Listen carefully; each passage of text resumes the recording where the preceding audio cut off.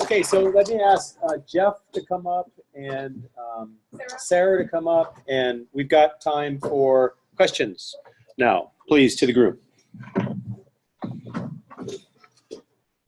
And what are we doing? We got the microphones in the middle. Okay. Oh, we got 4. Thanks. Great. Please. Thank you. I'd just like to ask what you think it would take to have a similar symposium of scope with this that basically focuses on the narrow side of that triangle. Wow, I can't, I hadn't even gone there. Well, so I think at this symposium, at some level, it does take sort of the demand to have it in a certain way. Well, yeah, I mean, the demand's there, but it has to be heard. And what I've seen is a lot of times when we put together symposiums, what comes out is the solutions are all the ecological and technical. And I still am struggling with like, okay, so how do we get over that? I will say on the academic side, I think that's already happened because we do have a Human Dimensions of Wildfire conference, which has a lot of information in it. So I think that's an interesting question you've raised about trying to do something similar for on a more general level. Yeah, I like that idea, and I think I've just been struggling so long with like, how do we get more social into what we have? Maybe the solution is just to go from the other end. Are there any other comments on that?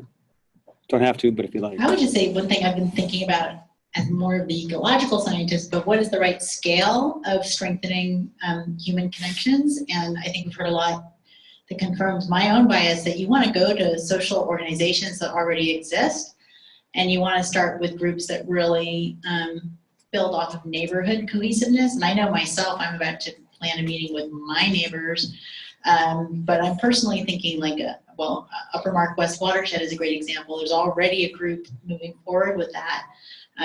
You know, how many Fire Safe Sonoma for Sonoma, Lake Sonoma now is thinking is another unit. And I think these units of neighborhoods that need to work together might be, you know, the county is really too big a scale to create social connections across everything. And this is a regional conference. So, you know, I think about next steps locally. What are the neighborhood units that could start applying some of these principles on the ground? And how can we partner technical support with those neighborhood groups to bridge that gap between what really matters to people who need the information so that we can co-create that together? And I mean, I think that's a good point, but I mean, you've intrigued me with your question.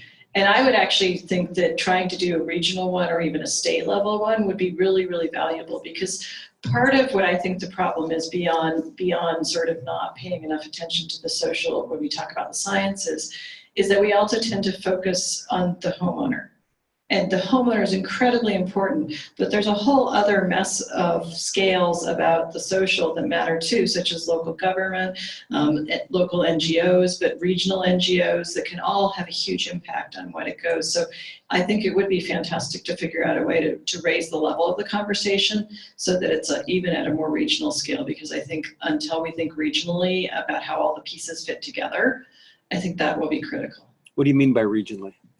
I think regional will be tricky because it will probably depend upon the regional culture and the regional fire dynamics. So probably one at the Southern California level would make a lot of sense because they have very specific dynamics in Southern California. But I think there's a certain level where you could have it at any level, whether it's county or regional, Northern California, Southern California, state, and even at a sort of maybe not quite national scale. But again, all of those, it would just depend on who you're inviting and who you're having the conversation with. But you know, in the end, the cohesive strategy is about all stakeholders, whether it's homeowners, local government, NGOs, private landowners, non-industrial private forest owners. So I think trying to figure out what's the appropriate scale to bring a group together in a certain location would be. Let me just make a point with respect to that.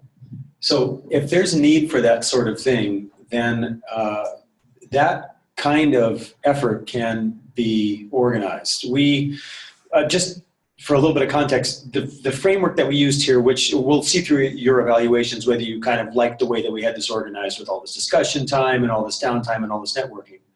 But we have been doing a similar thing for the last 7 years in Southern California. And the first meeting was so successful, we decided to do it again 2 years later. And then there was a clamor. And so it's just become an every 2-year thing. And we have a thing, and it's focused on chaparral management, but we had a socioeconomic and ecosystem services-based one. We had a restoration-based one. The one right now is based on vulnerability. There's no reason why, if there's enough interest, if you got enough out of this meeting, that we couldn't all, or many of us, be engaged in helping to do something like that. And our job, many of us are just, our job is to help people like you solve problems like this. That's why we get paid. And so we've done a lot of this kind of meeting arrangement. We can do it again. I'm just saying that the door is absolutely open, and I would love that. If there was a group of people who wanted to develop a concept or something like this, I think a lot of us could help pull it together. That's all. Okay, any other, so let's go, next. Yes, hello. Well, yesterday there was a slide that displayed the increase in fire starts from power lines. When I think about social change, one organization I see missing here today is PG&E or any other utility. Yeah. It seems like if they're serious about making a change, a social change right there would be huge. And for me, when I see the fires that start from the power lines, they're always under the least optimal conditions. So if they could be brought to the table, I think that'd be huge. I mean, I agree. I think part of my point about we need to think outside the fire context is to start having that conversation in a way that recognizes the other constraints that other organizations have on their cards. And I think if we do, that's going to make us more attractive for them to come. So I think PG&E, they're probably not here for a lot of reasons. But I think, making a table at which we can have a conversation in which it's more about we're all in this together, how do we help each other, as opposed to how do we get those people to do something. And I think the same plays for all the groups in there. And I think the challenge with the power companies is they have other demands on their needs, but they also have obligations. But how do we bring them to a table in a way that it's not threatening? I looked down in San Diego, and there was a back and forth between San Diego Power and the local homeowners after the 2003 fires. And the homeowners sued San Diego PG&E because they didn't, they started the fires. They went back and sued the homeowners because they didn't have suitable defensible space. And it went back and forth. But interesting, what brought San Diego to the fire table was and this is one of the places where I think insurance does make a difference because the scale's right. Their insurance company refused to insure them. And so that's what brought them to the table to get proactive and start managing their lines better. But also they hired 2 fire meteorologists, and they put a whole program in place to manage their fire risk because their exposure hit a point. And so it's also a case of figuring out the leverage point that's going to work for that entity and not the leverage point we think should be working for that entity, if that makes any sense. I like it. Yeah, just a local perspective on PG&E. I just had to resolve an issue where we had done this 100-acre burn along an area where PG&E was about to put their power lines up, and then they came and looked, and then they tried to get our nonprofit on the hook for doing about $30,000 worth of felling of what they called fire damaged trees. And in talking with their forester, they're like, well, we would foresee, no fire coming to this stand for at least 40 years and ideally never. And so I think what we're dealing with is that, PG&E is being forced now to deal with the reality of fire on these landscapes, like a lot of people are. When we approached them, 16, 17 years ago about their power lines and their transformers starting fires, and that we wanted to map their power lines in our CBC Community Wildfire Protection Plan process, they said, no, we can't give you those layers. That's a national security issue. And we're like, well, you can see them from Google Earth, pretty well. And so, so I just to say, I think there is a lot that PG&E can do coming to the table, and we're starting to see that. There's small grants that are happening in the community to address those threats from power lines, but they have a lot farther to go. All right. Thank you. Yeah, I think this session has just been great, really wonderful, and I really like the emphasis that you've had on the social aspect of working with communities and individuals, governments on fire issues. My question, though, is about something else. Will you identify, and we didn't get to see the complete list on the slide, but you identified positive aspects of the prescribed burning that the community came up with. And I would think that probably one of them might be that it would prevent these big mega fires. Is that something like that on that list? Yeah, well, I think the way the cookie crumbles is that we suppress the fires that we should let burn. I said let burn. We're not supposed to say that. Okay.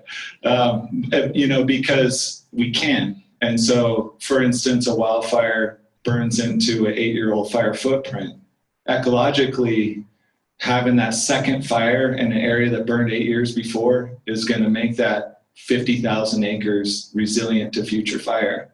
But it also makes it very easy to put out. And so what we keep doing is putting out because of the risk to adjacent communities. And so what that prescribed burning does is it allows us to, when a community sees a solid fuel break between them and a wildfire that's being managed for resource objectives, then they support the line officers making those decisions to manage those fires for resource objectives. And that was one of the examples I skipped over there at the end, where Klamath National Forest chose to let the Island Fire, 2017 Island Fire, was started in July 1st, around there, maybe even June 1st. It burned for a couple months. The season was, we had the wettest winter on record. It shifted to a very dry summer, and then later that year we had the Wallow Fire start right next door. And we had an east wind event that preceded the one down here. That fire moved 8 miles in one night from 10 p.m. to 5 a.m. the next morning. Burned about 10,000 acres. And if it wasn't for that wildfire that was managed, the Island Fire, that fire would have ended up in my backyard. So, we're taking calculated risks with that managed wildfire and with prescribed fire to have better outcomes. It seems like it will take really years and years to actually evaluate how beneficial these are in preventing those kinds of fires, or making those fires smaller, because there's so many variables, climate change certainly being one of them, that it becomes a very difficult thing. That a lot of the things that you're talking about are anecdotal rather than something that can actually be measured. Or am I incorrect there? Is there a way to measure? Hey, Will, why don't you let Jeff just provide the Illilouette Yosemite example? Because exactly. We've measured this stuff. I'd be careful with saying like, oh, smaller fire is better. I think we've already tried that, and that's not necessarily the solution. It is about understanding the impacts of how these areas burn, the impacts of prescribed fire. And the idea is that in the Illilouette Basin, where they've allowed managed wildfire, wildland fire use, whatever you want to call it, it does create this mosaic where you can use the previous footprints, whether it be a prescribed fire, a managed wildfire, or a wildfire, to help constrain the fire spread in certain areas. So I think there's a strategic aspect to it. Yeah, I would think so. Weaverville. Thank you. Yeah.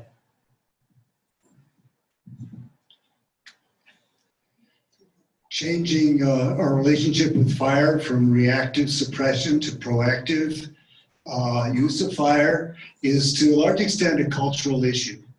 And I happen to know the area you're talking about, and it's really unique culturally in many ways because it's an area where your major minority is tribal. It's the Karuk tribe, it's Hupa, the Yurok, that still have vital cultures, and members of your community grew up with tribal members. So, and they brought back their tradition of cultural fire. So what I wonder is, you've done something exemplary, uniting your communities with the Forest Service, with CAL FIRE. To what extent have you drawn from the cultural, ecological knowledge of the tribal members among you? Yeah, well, I think the same practices that have been implemented by tribes over 10,000 years in our neck of the woods are applicable to this entire state. And the sooner we realize that, the better off we'll be. And that's, I guess, what I was talking about, when Lee Hillman in that Catching Fire movie says, you don't own anything. What you own is a responsibility. That's what he means, is that survival in place is contingent on our ability to not just live with fire, but create diversity and abundance, a harvestable surplus for people to have local sustainability from fire, whether it's hunting grounds or acorns or all the different resources, salmon in our streams. It's all related to fire. So yes, I mean, I'm here working for a bunch of old Native women with fukin on their chins, because that's really what it's about, is carrying that knowledge to a bigger audience and trying to interpret that into a language that, people today can understand, because the future of our sacred places, all of our sacred places, depends on us understanding that relationship with fire again.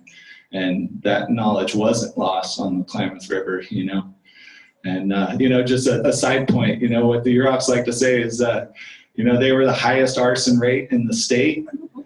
And then CAL FIRE started working with them on their prescribed burning. And there's been 0 arson starts in the last 4 years on the river corridor. So, you make the connection. And I think that's the beautiful thing, is that CAL FIRE has come to the table. And there's been so much progress in the last 3 or 4 years towards that goal of restoring fire, especially cultural fire. It's one of the reasons I have hope for us, even amidst all the mega fires that we're having. And I just want to say there's a lot of tribal leadership in this local area who are ready and waiting to partner around this. And I was sitting with folks from Kashaya, who I'm not sure if they're still here, but from the tribal people I work with, the perspective was like, oh, you guys are finally getting this. It's been very much in their awareness for some time, and there's a lot of capacity.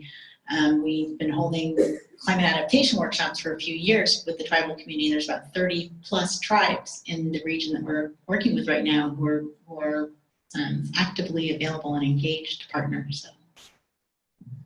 And just a quick point, I mean, this goes for fire generally, it is a unifying theme that brings a lot of people from very different backgrounds. And so it is really rewarding to see so much engagement, and I think the goal that I would like to see is that Sarah will not have to give the same, talks for, and I think that, and it's coming, I think. I think that's really the future. Okay. Yes, I feel like the boy in Gary Larson's cartoon who says, "Teacher, may I be excused, my brain is full." This has been an absolutely tremendous symposium, and I've been sitting over here online with lots of the members from the 4 Facebook groups I administer on wildfire, and I'm wondering how to get all of this wonderful information to people in Cobb who are homebound, who never get out, or many of them are triggered by any pictures of flames, so there's no way I'm going to post pictures of flames, because I've had people leave Facebook groups when they see flames. But there's just so much value in this symposium, and I love the idea of repeating it. but I'm wondering how to do it, not just in Southern California, but in Lake County. Elliot, in his first question, mentioned what we're doing in Cobb and all over Northern California, so that the wonderful ideas and discussion here are available to a far broader range of people than the ones simply who come to this symposium. So I'll provide some partial answers to that. So with respect to the content from this event, this will be online and accessible, what do you think, a couple weeks maybe, Stacy? Some parts, yeah. Some of the least. Yeah, so what we have is we have the presentations that were provided, and we have the voiceover, and then that will be added together, and then I think most of the talks at the very least will be available online in the not too distant future. Probably just check with Cal Fire Science Consortium website, is that correct? Same place that you registered would be to find that information.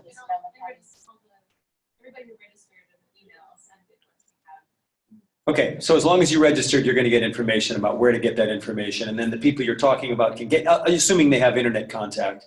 And if they don't, then Stacy will fly there in a helicopter with Ken Pimlott and personally deliver a DVD to that. So the other part is that, as I noted just a little while ago, we'd be happy and I think ecstatic to extend this into something that happens on a regular basis. It'd be fantastic. We had, as we first developed the concept for this meeting, we had some of these over beer discussions about, wow, that'd be cool, you know, because this area has been so underserved with respect to this kind of event, which is why we're doing it here. And the fires in October just really underlined it and highlighted how absolutely necessary this kind of event was. But we also thought at the time, we were talking about a lot of things, but one of them was this could easily be a thing that moves around, because we decided that this was not going to be just about Sonoma and Napa counties, but rather it was going to be this whole swath of the Central Coast Range, which basically doesn't get this kind of information, but has a lot more fire than people think. And I think we did a good job of proving that in the last 2 days, that, man, a lot of the fires you saw in October were just reburning scars from old fires that did a lot of the same kind of stuff. So clearly Lake County was a real focus area for us. The Santa Cruz and Monterey area has a lot of its own issues. You know, you would draw obviously a slightly different clientele. But anyway, just so you know that we're thinking about these things, and we would really welcome input from you, future dialogue, so that we can think about how maybe we do something like that. Thanks. Okay, Lee. This is Lee Carney. I just had one comment, because there's these this terminology for wildfire has been bandied about a little bit, talking about wildfire. This idea that there's some kind of type of fire called managed wildfire, and that's kind of the relic of a previous era when fires were small enough that they kind of behaved the same way during their entire duration or over the course of their spread. But these days it seems like fires are bigger, they're more complex, and they're getting bigger. They are getting more complex. And one of the things that's gone by the wayside is this idea that there's more than one type of wildfire. There's pretty much just prescribed fire, and then there's wildfire, and you manage all wildfires according to a whole host of risk spaces, the decision spaces, and you can talk for hours about all of the risk management that goes on with wildfire. But basically, it's wild, and you minimize risk, and you do the appropriate things on the landscape when you have the opportunities, if you get those opportunities. But it's important, I think, to not think of wildfire in any more than just a wildfire category. When you talk about going for the resource objectives, think of that as a different strategy on a landscape at an appropriate time in an appropriate place, and make sure that, a lot of people will say, oh, what kind of wildfire is that? Is that a resource objective fire? Well, it could be in that day or in a given spot, but on another front and on another day, it could be full suppression, and here come the tankers, and the fire managers are the best people to judge what strategy to apply in which place, and that's an important thing for the public to understand. It's common knowledge among people who manage fires and have to deal with the day-to-day variation that causes you to have to change your strategies. But for people outside of that loop, it's sometimes hard to understand that it might look like people might talk about it as a managed wildfire in one case, or a fire for resource objectives on one day. But then if the conditions change and an east wind starts coming, then you've got to change your strategy, and that's an important thing to keep in mind. Wildfires are wild. Leah, I take your point. Thank you for sharing that, and I do completely agree. I think there is opportunity to improve the language so that we can better convey that more broadly. I even struggle it with myself, and we're all used to it. We're all exactly. used to it before they changed the terminology, but it was real constrained in thinking about fire. In both directions, yeah. And I personally think this whole thing of what do we call it is an obsession of the fire world and no one else. It could be, yes. There's sort of there's an idea in the fire world, if we get our terminology just right, then we'll be able to communicate our ideas clearly. And the point is, just be transparent and straightforward in explaining what you're doing. And if calling it a resource objective fire doesn't resonate, don't use it. Just say, there's a fire, we're managing it for multiple reasons. We have different tactics that we use. We use suppression as one tactic. In this area, we're letting it burn and monitoring it is another tactic. And that's pretty darn straightforward. Does anybody not understand what I just said? Right? And I didn't have to get caught into the right language. The right language is bureaucratic stuff. And I think we need to sort of not get too caught up in that. The obsession with categories in government, right? Yeah. I just want to add one piece to this, managing fire for resource objectives, but what I see it as is it's also community protection. It's like if you let a fire burn in an area that burned, 3 to 10 years prior, you're creating a resilient forest that is, it's good for the resources, but it's also good for humans. The adjacent town can be buffered and saved by that choice. And so I think that's where that language about resource objectives kind of falls down, as it's not really, characterizing, the full benefit of what we're doing, that we're accepting a small risk now to prevent a larger risk later. Just to kind of go back to it, it's just, why are we managing the fire here? For what reasons? It might be for a plant, a bird, a community, or anything like that. And then what's the tactic and strategy we're using to do that? And it's pretty straightforward in my book. Good. We've got one more question. You'll be the last one of the entire symposium. So make it memorable and short. The only thing that makes me sad is that I was a little too fatigued to be able to take in everything. It was so inspiring to hear about what's possible with the way that you work with your community and your landscape, and to really see like a model of what we can work towards. And maybe between now and our next time to get a chance to have a whole symposium about that narrow part of the triangle, I'd love it if the two of you could get together, Sarah and Will, and take your sort of theoretical framework about what it takes to get people engaged, and using Will's community as an example, and really doing iterations so that we can see how your conceptual ideas really played out in his community, and that might help us apply that to other places as well. So are you planning to be are you volunteering to be part of the planning committee? Sure, great, fantastic. Fantastic. No, I think I think that's a really good idea. And I'm just throwing in one thing that I think the one thing we need to be careful, like I didn't want to say that everything you heard on the physical and all of that is not really important and really valuable.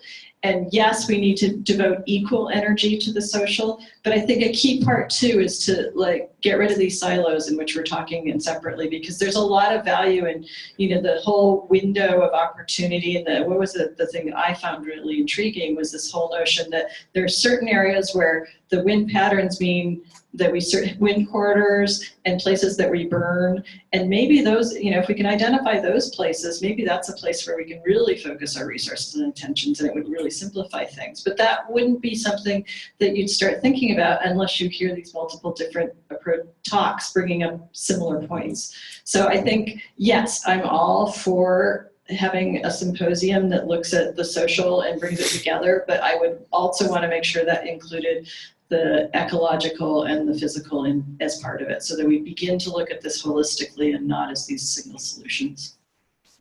And I just want to throw out a call to action. I think we should have Will talk to Sarah, but then adopt what works and start case studies here in this region. So when we get back in 2 years, we have case studies for people who are trying to take the information that you learned about today and apply it in your local community. And that's something we're really interested in helping to support.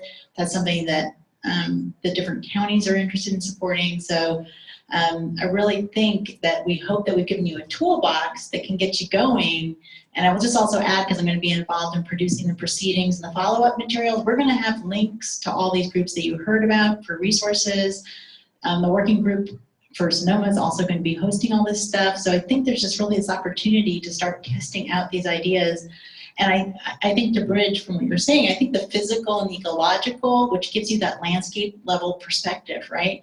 Like I think coming into this room, maybe we all saw just our smaller part of the area, but what's really important, I think that Will accomplished with his group was everyone seeing that bigger picture and that bigger map and understanding where they sat in it. And that gives you such a strong foundation for shared understanding and then shared action. So I just put that out as an invitation. Thank you. Can I say one thing to that? I just want to give a shout out to the Fire Adapted Communities Learning Network. I see Allison is hiding back there, Allison Reeves Jolly, but that I think has done an amazing job to share nationally the advances in the social side of fire. And what communities around the nation are succeeding in those. And so I encourage folks to connect with that. And I'm really excited because Allison is going to start working with us to start putting together, 2 to 5 page kind of lessons learned, on a lot of the pieces from the community liaison program to we have a program that distributes air purifiers during prescribed burns. To get the social license to put smoke in the air, to that overlay assessment map you saw, which is the shared values mapping. So I think there's a lot of pieces to that we're going to be putting stuff out on, and keep an eye out for that fact learning network and pay attention because there's good stuff out there. Awesome. Well, thank you very much, you guys. That was great.